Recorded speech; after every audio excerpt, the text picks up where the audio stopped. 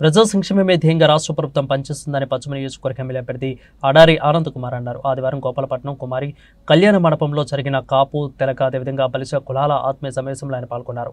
ఈ సందర్భంగా ఆయన మాట్లాడుతూ అన్ని కులాల సమాన ప్రతిపాదికన సంక్షేమ పథకాలు అందిస్తూ ముఖ్యమంత్రి జగన్మోహన్ రెడ్డి మంచి పరిపాలన అందించారని అన్నారు. ప్రజా సంక్షేమానికి సంబంధించిన మేనిఫెస్టో అంశాలను ప్రజలకు ఎంతో మేలు చేస్తాయని వీటిని ఓటర్లకు వివరిస్తూ ఓటును అభ్యర్థించాలని సూచించారు. వైసీపీ విజయానికి కృషి చేసిన ప్రతి ఒక్కరికి పార్టీ గుర్తిస్తుందని హామీ ఇచ్చారు. ఎన్నికల్లో వైసీపీ విజయానికి అందరూ కృషి చేయాలని కోరారు. ఈ సమావేశంలో ఎన్నికల సహ పరిశీలకులుగా పేడారి రమణ కుమారి అదేవిధంగా పార్టీ ముఖ్య నేతలు పాల్గొన్నారు.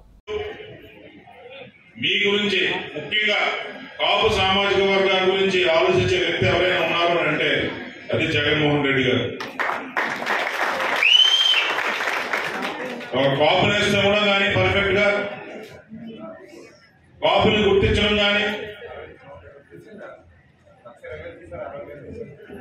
అలాగే ఈరోజు బీసీ సర్టిఫికెట్లు ఇవ్వడం కానీ ఈరోజు అనేక ఉపయోగపడే పనులు మన కాపు సామాజిక వర్గం చేసిన వ్యక్తి మన జగన్మోహన్ రెడ్డి గారు.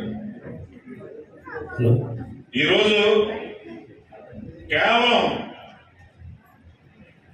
ఓట్ల కోసం ఉపయోగించుకొని ఆ సామాజిక వర్గాన్ని పూర్తిగా ఎలక్షన్ అయిపోయిన తర్వాత పక్కన పెట్టి పూర్తిగా మర్చిపోయే పార్టీ మన టీడీపీ పార్టీ.